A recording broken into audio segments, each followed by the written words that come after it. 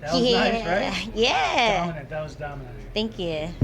Was it what you planned to be that dominant like that?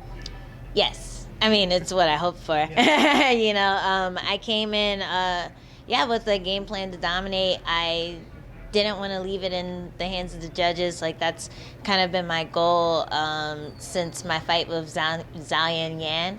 I really feel like I've been putting everything together, and it's just a buildup of intensity. The more intense that I come out, I feel like the more successful I'll be, and the more devastating and dominant I'll be. You got to do it in front of her home fans as well. Yeah. Is that sweeter, or is there a part of you when you're walking out that says, "Oh, geez, I'm sorry, guys"? No, I don't feel bad for them.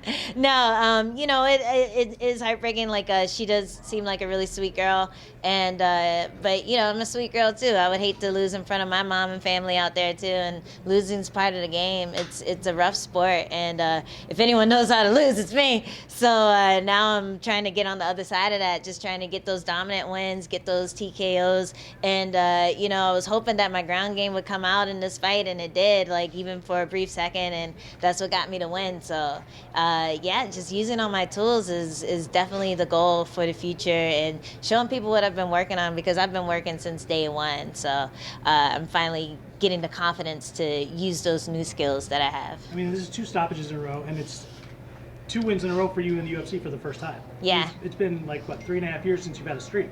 Yeah. So, I mean, how has that been in the interim, knowing that you've been up and down, for 3 years, and what's that process like now, kind of getting over the hump?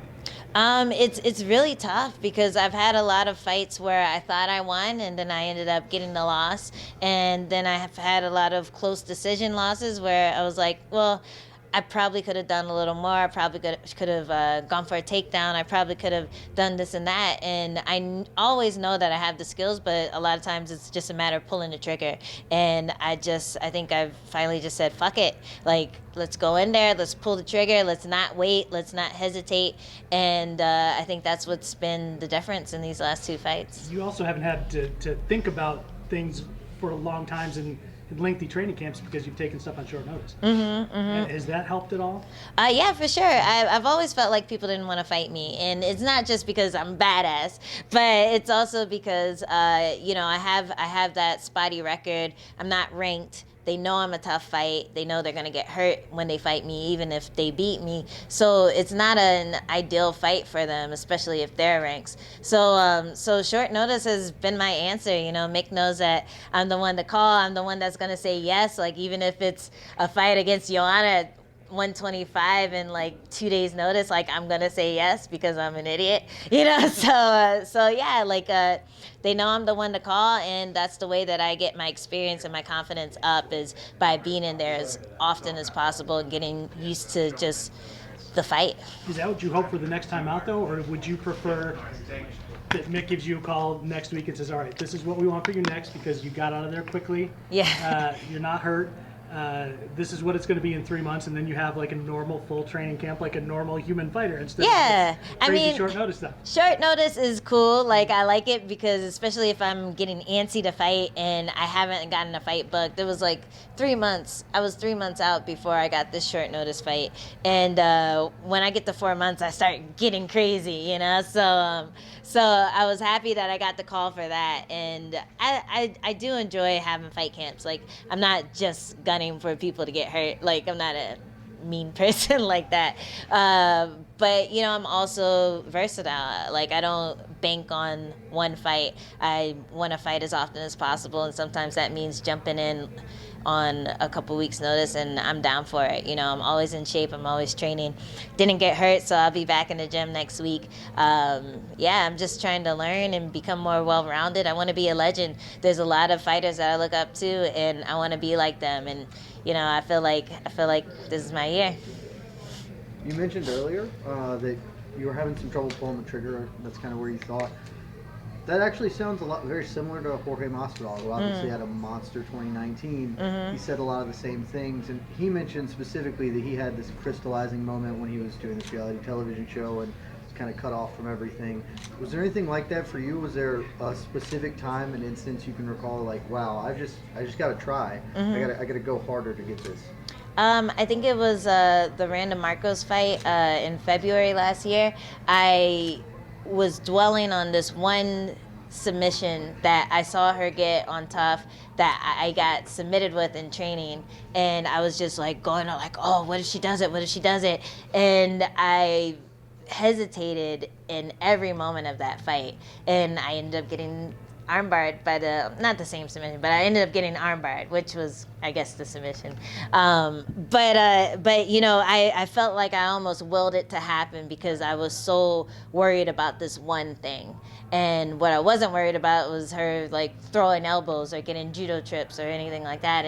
And I was so I was trying to stall the fight instead of just be in it and move and hit and not think about it. So I think after that happened, I went back to the gym because I wasn't hurt. I went back to the gym that week and I tried to kill everyone in sparring. And you know, they weren't too happy with me, but they were like, wow, you looked really good today. And I was like, that's it, I just gotta not think, I just have to go for it. And every time I feel myself hesitating in training, I remember that moment. I'm like, don't hesitate, just go. Whatever you do, don't think, just go, because your muscle memory is solid. Like, you know all the escapes, you know all the submissions, you know all the takedowns, you know all the strikes, you know how to defend. Like, just trust in that and just be you. So that's kind of the moment that made me decide this is how I need to fight now. And we also talked a lot about your short notice fights. One of the benefits of that for you last year, I have no idea if you know this, you are at least tied for the most the most fights for a female fighter in the UFC in a calendar year. I think it's yours alone, but I can't confirm that. Okay. At 4. 5 is the most for any fighter. There are a number of male fighters with that. I assume that you didn't know that by your reaction. No. But now, upon learning that, is that something that you kind of want to maybe shoot to beat this year? Because Yeah. it's already January 20. It's only January 2020. You know what? I think get 4 in. I think I forgot, and then I was like, well, I think I knew 4 wasn't a record yet, and I needed to get 5, and so I was gunning for UFC DC because it would have been like perfect, 5 fights in a year, and I fought in DC. I'd fight in DC, which is like where I'm from. But I didn't get it. Or I got the last minute call, but I wasn't in shape. So I was like, fuck.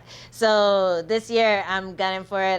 I told my husband, like, right after I got the call for that fight, like, next year I'm going to be in shape all year round. I'm taking every fight, every short notice fight, every, matchup they give me. I'm saying yes to everything. I'm not going to turn anything down.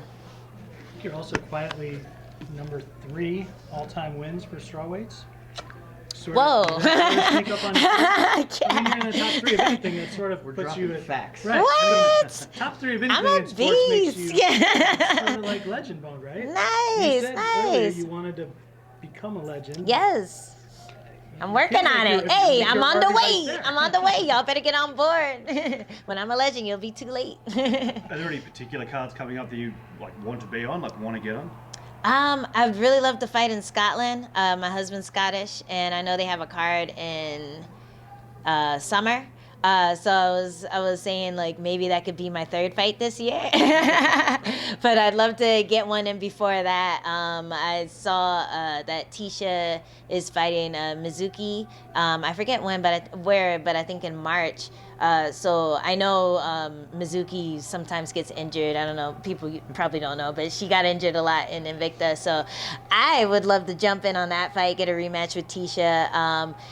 I said Van Zant Albu like a few days ago, and then somebody pulled out, and then they rebooked it already. But I know there's a couple strawweight fight, or there's another strawweight fight on the Joanna card. So I'll be like watching that closely, just in case they need a fill-in for girls. Who knows what could happen? But yeah, I'm gonna be training. I'm gonna be working hard. I'm gonna be keeping my skills sharp and ready. What video games are you playing at the moment? It's kind of embarrassing. To keep my heart rate down, like when I'm thinking about my fights, I've been playing a lot of Stardew Valley.